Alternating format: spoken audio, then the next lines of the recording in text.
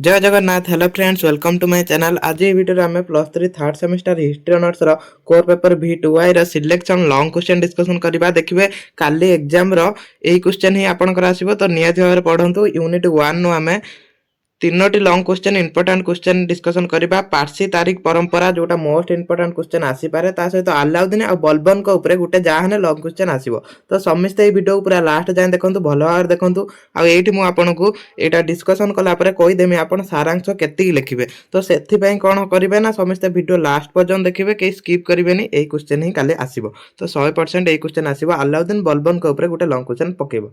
एटा प्रथम क्वेश्चन अछि, पारसी तारीख परंपरा संबंध विवरणी दियो। मोस्ट इंपोर्टेंट क्वेश्चन रहिबा, सबु केई भी वीडियो स्किप करिवेनी। देखन जदि आगुर भी वीडियो देखि नांती, तो एबे आपण आराम से पढ़ी कि काले एग्जाम रे भलो कर परिबे। साहित्य होची मनुष्य मन विभिन्न घटनावली सामग्रिक प्रतिफलन। एथिरे समाजर जटिल प्रतिरूप और अतीतर प्रतिसरित छवि प्रतिनिधित्व होइथाय। साहित्य कौन? साहित्य द्वारा आम भारतर जो इतिहास को रचना करि पारंती। साहित्य होची गोटे कौन प्रमुख उपादान।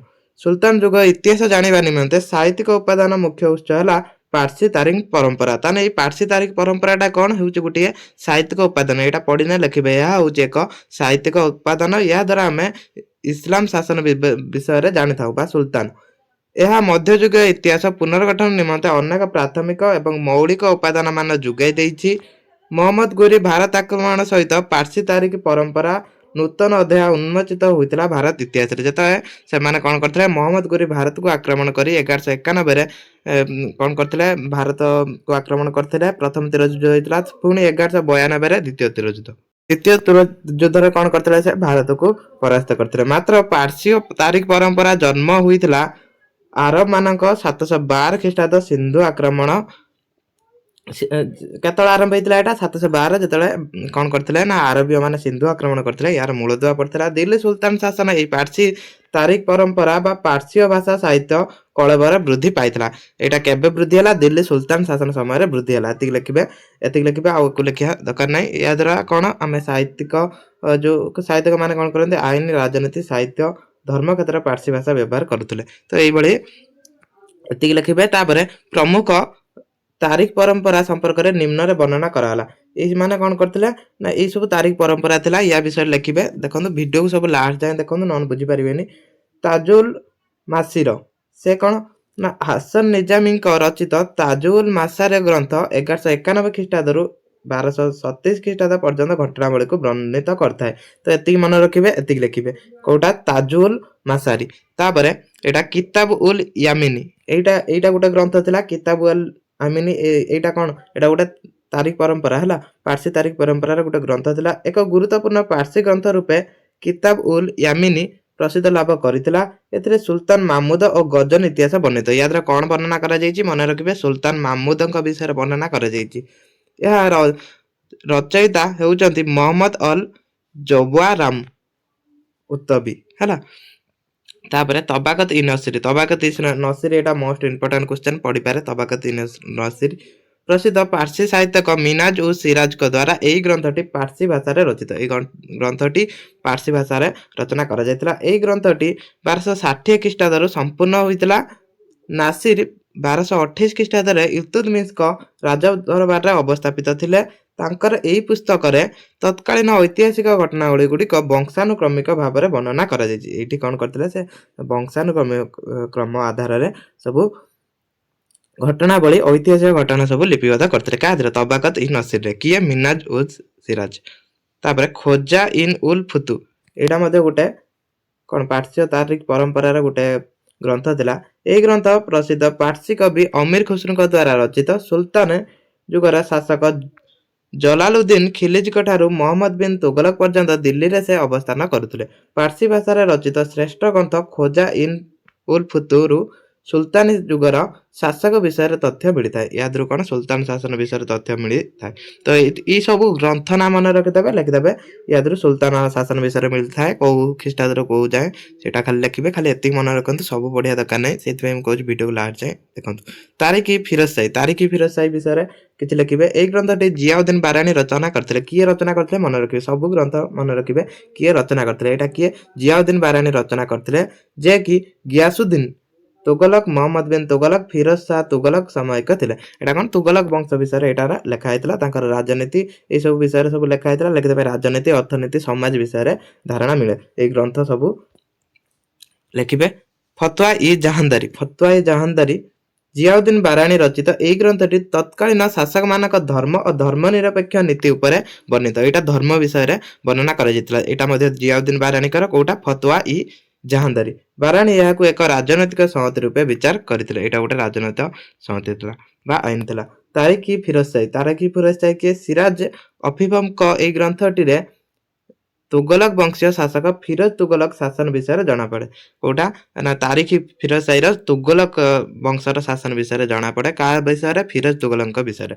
1399 मसीह यही पुस्तकटी रचित होइथिबार जना जाए एई ग्रंथ खिलिज और तुगलक वंशर शासक मानक प्रशंसा करा जायतिला एठी खिलिज वंशर और तुगलक वंश ए दुईटा शासक को कोन करा जायतिला प्रशंसा करा जायतिला कादर तारिक फिरोज शाही रे तापरे तारिक मुबारक शाही एटा कोन एई पुस्तकटी इब्न अहमद सरीदଙ୍କ द्वारा 1428 रु 1434 ख्रीष्टाब्द रचित बोली जना जाए ए ग्रंथ फिरोज तुगलक ठारू सयद वंशर मोहम्मद सिंहासन आरोहण पर्यंत विवरण प्रदान करथिला एटा कोन ना फिरोज तुगलक ठारू कोन आरंभ करिकि सयद वंश पर्यंत एटा कोन ऐतिहासिक उत्स थिला तारिक ई दाऊदी विषय किछि लिखिबे ए पारसी साहित्य लेखक अब्दुल सुल्तान जुगर शेष पर्याय रुद्धि वंश एवं सुरमानक राजत्व विषय एथिरे उल्लेख करिसेंती एई ग्रंथ सुल्तान जुगर शेष पर्याय राजत्व और शासन को विवरणी रही तो एटा लिखिबे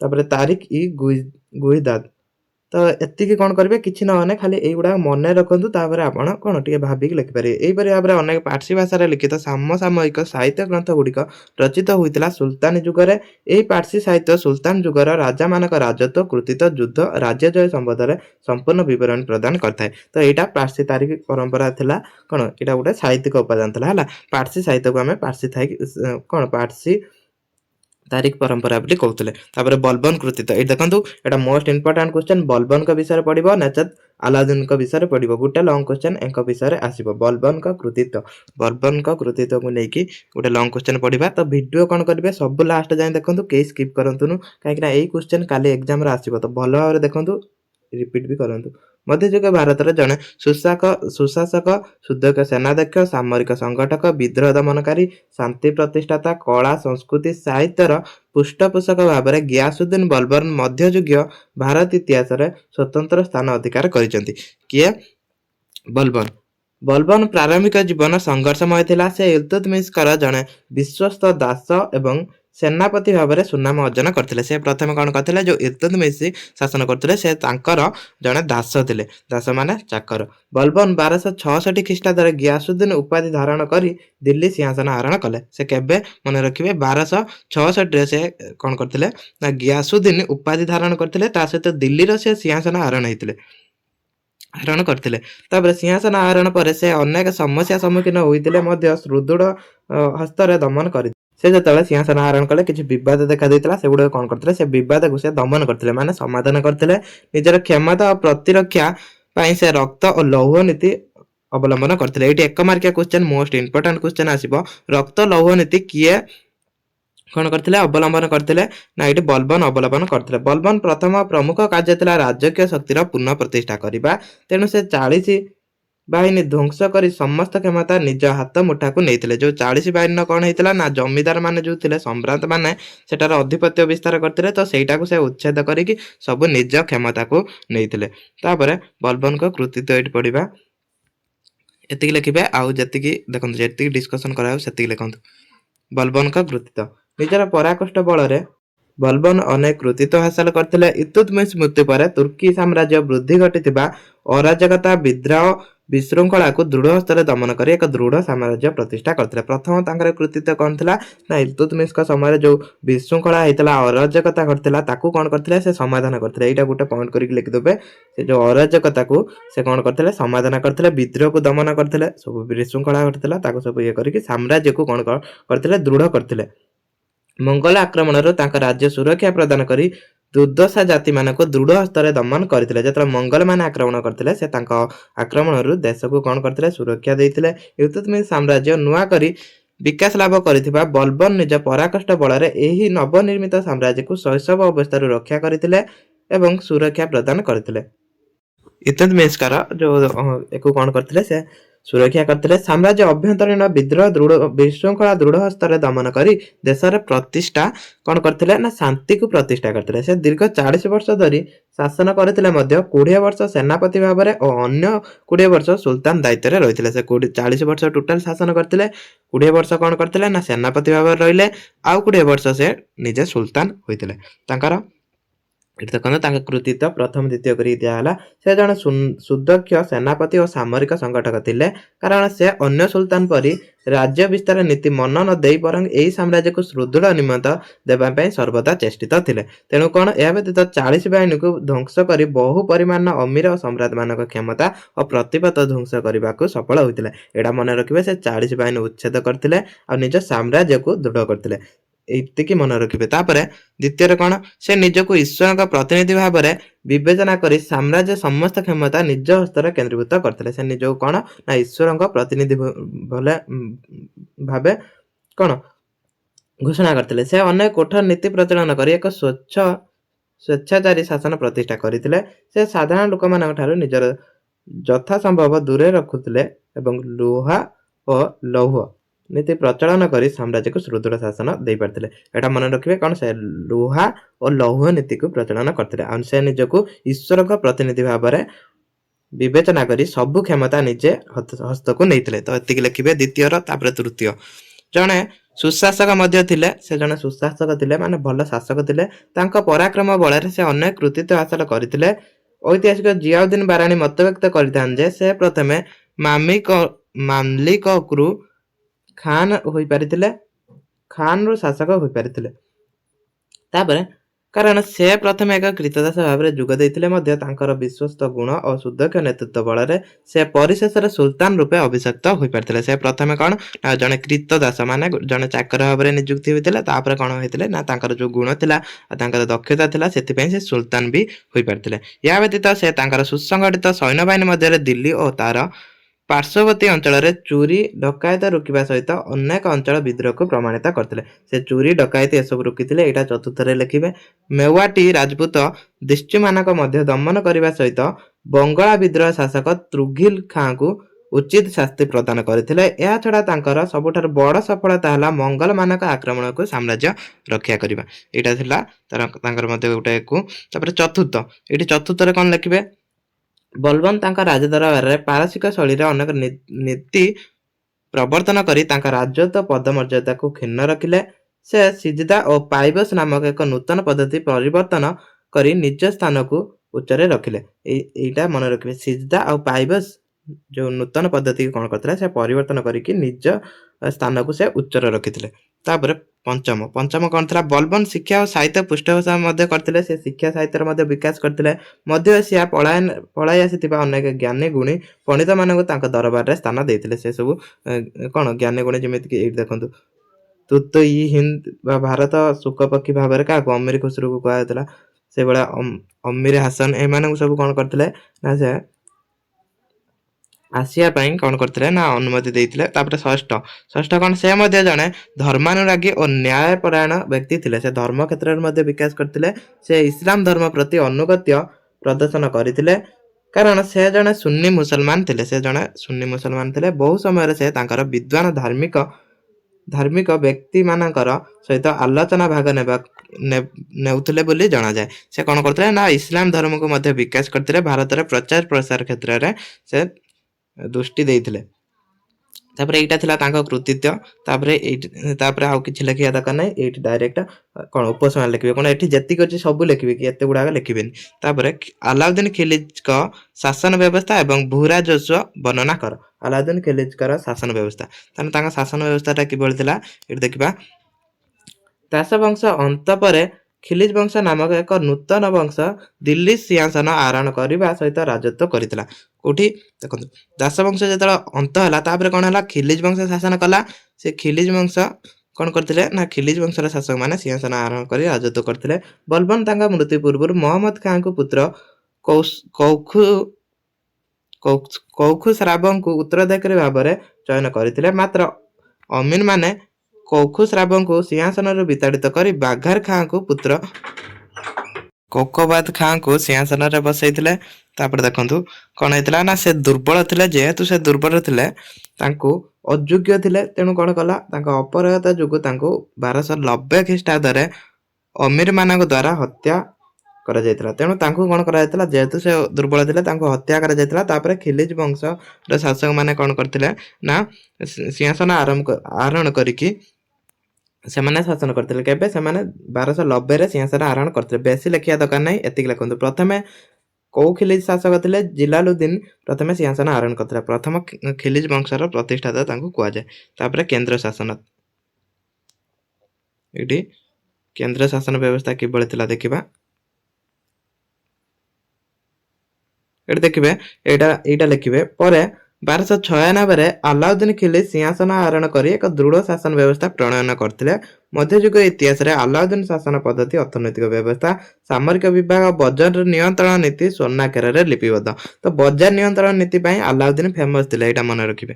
ତାପରେ କେନ୍ଦ୍ରୀୟ ଶାସନ, ତାଙ୍କ ଶାସନ ବ୍ୟବସ୍ଥା ବିଷୟରେ ଲେଖିବେ। କେନ୍ଦ୍ରୀୟ ଶାସନ, ଆଲାଉଦ୍ଦିନ ଥିଲେ ଏହି କେନ୍ଦ୍ରୀୟ ଶାସନ ବ୍ୟବସ୍ଥାର ସର୍ବୋଚ୍ଚ ଅଧିକାରୀ ଓ ଶାସନ ପ୍ରତ୍ୟେକ ବିଭାଗର ଅଧ୍ୟକ୍ଷ।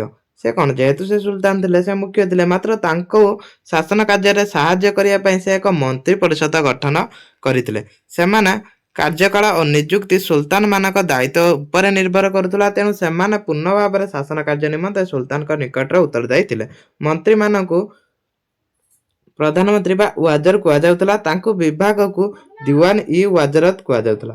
ତାଙ୍କ ମନ୍ତ୍ରୀମାନଙ୍କୁ ୱାଜର କୁହାଯାଉଥିଲା ଆଉ ମନ୍ତ୍ରୀ ବିଭାଗକୁ କ'ଣ କୁହାଯାଉଥିଲା ମନେ ରଖିବେ? ଦିୱାନ ଇ ୱାଜରତ। ପ୍ରଧାନମନ୍ତ୍ରୀ ବା ୱାଜିର ସୁଲତାନଙ୍କୁ ଶାସନ କ୍ଷେତ୍ରରେ ପରାମର୍ଶ ଦେଉଥିଲେ। ସେ ମଧ୍ୟ ଅନ୍ୟ ମନ୍ତ୍ରୀ ତଥା ଉଚ୍ଚ ପଦାଧିକାରୀଙ୍କ କାର୍ଯ୍ୟ ତଦାରଖ କରିଥିଲେ। ଏହା ବ୍ୟତୀତ ସେ ରାଜସ୍ୱ ବିଭାଗ ଅଧ୍ୟକ୍ଷ ଥିଲେ ଓ ପ୍ରାଦେଶିକ ଶାସନକର୍ତ୍ତାଠାରୁ କର ଆଦାୟ କରୁଥିଲେ। ତ ଏଇ ସବୁ କ'ଣ ବିଭାଗ ସେ ପ୍ରତିଷ୍ଠା କରିଥିଲେ। ଏଇଠି ଦେଖନ୍ତୁ, ଏହା ବ୍ୟତୀତ ପ୍ରଶାସନିକ ସମ୍ବନ୍ଧରେ ପତ୍ର ଆଦାନ ପତ୍ର ବିଭାଗକୁ କ'ଣ କୁହାଯାଉଥିଲା, ଏଗୁଡ଼ା ସବୁ ମନେ ରଖିବେ। ଦିୱାନ ଇ ଇନସା। ତାପରେ ଦେବ ଇ ଖାସ ଥିଲେ ଏହି ବିଭାଗର ମୁଖ୍ୟ। ତାଙ୍କୁ ସାହାଯ୍ୟ କରିବା ପାଇଁ ଦେବୀର ଇ ମୁସଲିକତ। ଏଇସବୁ କ'ଣ, ଏଇସବୁ ମନେ ରଖିବେ। ତାପରେ ପ୍ରାଦେଶିକ ଶାସନ ବ୍ୟବସ୍ଥା, ପ୍ରଦେଶକୁ କେତେ ଭାଗରେ ବିଭକ୍ତ କରାଯାଇଥିଲା ମନେ ରଖିବେ। ଦେଖନ୍ତୁ ଯୋଉଗୁଡ଼ା କହୁଛି ସେଗୁଡ଼ା ଲେଖିବେ। 11 ଭାଗରେ କ'ଣ କରାଯାଇଥିଲା? ପ୍ରଦେଶକୁ ବିଭକ୍ତ କରାଯାଇଥିଲା। ସେଗୁଡ଼ା କ'ଣ ଥିଲା? ଏଗୁଡ଼ା ସବୁ କ'ଣ, ଏଇ 11ଟା ନାଁ ମନେ ରଖିଦେବେ। ନହେଲେ ମିନିମମ୍ 4ଟା 5ଟା ମନେ ରଖିବେ, ତାପରେ ଲେଖିଦେବେ ଇତ୍ୟାଦି ହେଲା। ଏଇଭଳିଆ ଲେଖିବେ। ଏଇ ପ୍ରଦେଶ ମୁଖ୍ୟ ଶାସନକର୍ତ୍ତାକୁ ପ୍ରାନ୍ତପତି ବା ମୁକ୍ତାର କୁହାଯାଉଥିଲା। ଖାଲି ଏତିକି ଲେଖିବେ। ଲେଖିଦେବେ 11 ଭାଗରେ ବିଭକ୍ତ କରାଯାଇଥିଲା, ତା ଦେହରୁ 4ଟା 5ଟା ଲେଖିଦେବେ। 4ଟା 5ଟା ଲେଖିକି ଇତ୍ୟାଦି ଲେଖିଦେବେ। ତାପରେ ଲେଖିଦେବେ ତାଙ୍କର ଯୋଉ ଶାସନକର୍ତ୍ତା ଥିଲେ ତାକୁ ମୁକ୍ତାର କୁହାଯାଉଥିଲା। ଏତିକି ଲେଖିବେ। ଆଉ ଲେଖିବାକୁ ପଡ଼ିବନି। ପୁଣି ଆସିବ ନ୍ୟାୟ ବିଭାଗ। ନ୍ୟାୟ ବିଭାଗ ଏତିକି ଲେଖିବେ। ନ୍ୟାୟ ବିଭାଗର ମୁଖ୍ୟ ଥିଲେ ସୁଲତାନ। ଆଲାଉଦ୍ଦିନ ଖିଲିଜ ଥିଲେ ମୁଖ୍ୟ। ସେ ନିଜ ସମସ୍ତ ଗୁରୁତ୍ୱପୂର୍ଣ୍ଣ ବିଷୟକୁ ବିଚାର କରୁଥିଲେ। ତାଙ୍କ ପରେ ନ୍ୟାୟ ବିଭାଗର ମୁଖ୍ୟ ଥିଲେ। ତାଙ୍କ ପରେ ଯିଏ ଥିଲେ ସଦର ଇ ଜାହାନ କାଜୀ ଥିଲେ। ତାଙ୍କ ପରେ ସେ ମଧ୍ୟ ନ୍ୟାୟ ବିଭାଗର ବୁଝୁଥିଲେ। ତାପରେ ଗୁପ୍ତଚର ବ୍ୟବସ୍ଥା, ଏଇଠି ଲେଖିବେ କ'ଣ, ସେଇ ଯୋଉ ଆଲାଉଦ୍ଦିନଙ୍କ ସମୟରେ ଦୃଢ଼ ଗୁପ୍ତଚର ବ୍ୟବସ୍ଥା ଥିଲା। ସେ ଗୁପ୍ତଚର ମାନେ କ'ଣ କରିଥିଲେ, ଯାଇକି ସବୁ ଗୁପ୍ତ କଥା ସବୁ କୋଣ ଅନୁକୋଣର ସମ୍ବାଦ ଆଣିକି ଆଲାଉଦ୍ଦିନଙ୍କ ପାଖରେ ପହଞ୍ଚାଉଥିଲେ। ତ ଏତିକି ଲେଖିବେ, ବେଶୀ ଲେଖିବା ଦରକାର ନାହିଁ। ସୈନ୍ୟ ବିଭାଗ, ତାର ସୈନ୍ୟ ବିଭାଗ କିପରି ଥିଲା? ସାମ୍ରାଜିକ ସୁରକ୍ଷା, ରାଜ୍ୟ ଜୟ, ବୈଦେଶିକ ଶତ୍ରୁ ଆକ୍ରମଣକୁ ସୁରକ୍ଷା ଦେବା ପାଇଁ ଆଲାଉଦ୍ଦିନ ଏକ ସୁସଂଗଠିତ ସୈନ୍ୟ ବିଭାଗ ଗଠନ କରିଥିଲେ। ସେ ସୈନ୍ୟ ବିଭାଗର ସୈନ୍ୟ କେତେ ଥିଲେ ଦେଖନ୍ତୁ, ଏଇଠି 4,75,000 ଥିଲେ ହେଲା। ଅଶ୍ୱ ରହିଥିଲେ, ଅନେକ ପଦାଧିକାରୀ ମଧ୍ୟ ଥିଲେ। ଏଇଭଳି ତାଙ୍କର ସୈନ୍ୟ ବିଭାଗ ଥିଲା। ତ ଏଇଟା ଥିଲା ତାଙ୍କ କୃତିତ୍ୱ। ଏଇଟା ସମସ୍ତେ ପଢି ନିଅନ୍ତୁ ହେଲା। ଅର୍ଥନୈତିକ ସଂସ୍କାର ଆଣିଥିଲେ, ବଜାର ନିୟନ୍ତ୍ରଣ ବ୍ୟବସ୍ଥା ଆଣିଥିଲେ। ଏଗୁଡ଼ାକ ସବୁ ପଏଣ୍ଟ କରିକି 4 ଧାଡ଼ି ଲେଖା ଲେଖିନେ ଲଙ୍ଗ କ୍ୱେଶ୍ଚନ ହେଇଯିବ। 4 ଧାଡ଼ି ଲେଖିବେ, ବେଶୀ ଲେଖିବେନି। ଏଗୁଡ଼ା ଟିକେ ପଢି ନିଅନ୍ତୁ। ନୂତନ ରାଜସ୍ୱ ନୀତି ପ୍ରଚଳନର କାରଣ କ'ଣ ଥିଲା ଆଲାଉଦ୍ଦିନଙ୍କର? ଏଟା ଲଙ୍ଗ କ୍ୱେଶ୍ଚନ, ବହୁତ ଲଙ୍ଗ କ୍ୱେଶ୍ଚନ ଅଛି। ତ ଆଲାଉଦ୍ଦିନଙ୍କ ଉପରେ ଯେକୌଣସି କ୍ୱେଶ୍ଚନ ପଡ଼ିବ ଏତିକି ଆନ୍ସର ଲେଖିବେ ହେଲା। ଏତିକି ଆନ୍ସର ଲେଖିବେ। ତ ଭିଡ଼ିଓକୁ ଏଇଠି ରଖିବା। ସମସ୍ତେ କ'ଣ କରିବେ, ସମସ୍ତଙ୍କ ଛୋଟିଆ ରିକ୍ୱେଷ୍ଟ, ଲାଇକ୍ କମେଣ୍ଟ ନିହାତି ଭାବରେ କରନ୍ତୁ। ତ ରେଗୁଲାର କ୍ଲାସ୍ କରନ୍ତୁ। ଆମେ ହିଷ୍ଟ୍ରି ଅନର୍ସର ରେଗୁଲାର କ୍ଲାସ୍ କରୁଛନ୍ତି।